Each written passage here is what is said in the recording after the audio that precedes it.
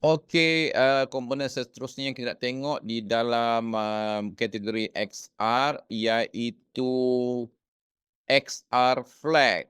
Okey, saya apply XR flag. Dekat sini macam device flag, XR flag pun kita boleh setkan kat mana kita nak tengok. Okey, sama ada AR, VR, browser, first person, third person, okey. Ini basically untuk objek ni lah. Jadi kalau kita tak nak dia nampak di dalam AR, kita tutup. Kalau kita tak nak di dalam VR, kita tutup. Basically kita klik never dulu, kemudian baru kita pilih lah mana yang kita nak. Dalam first person, okey, kita tengok objek tu lah dalam browser.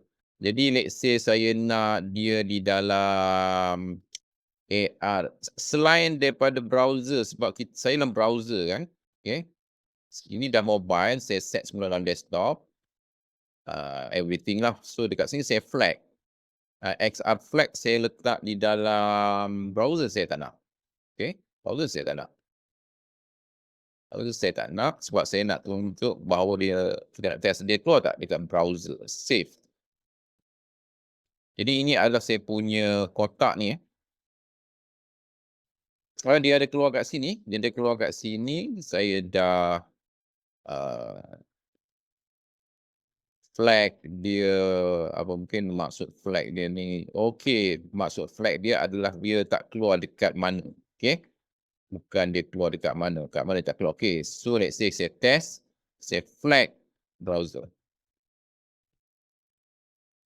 Okey, tengok. Okey, itu dia. Okey, so dia tak nampak dalam ni lah.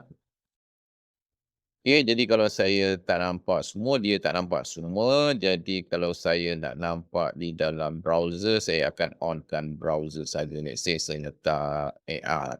Okey, AR saja. Saya save.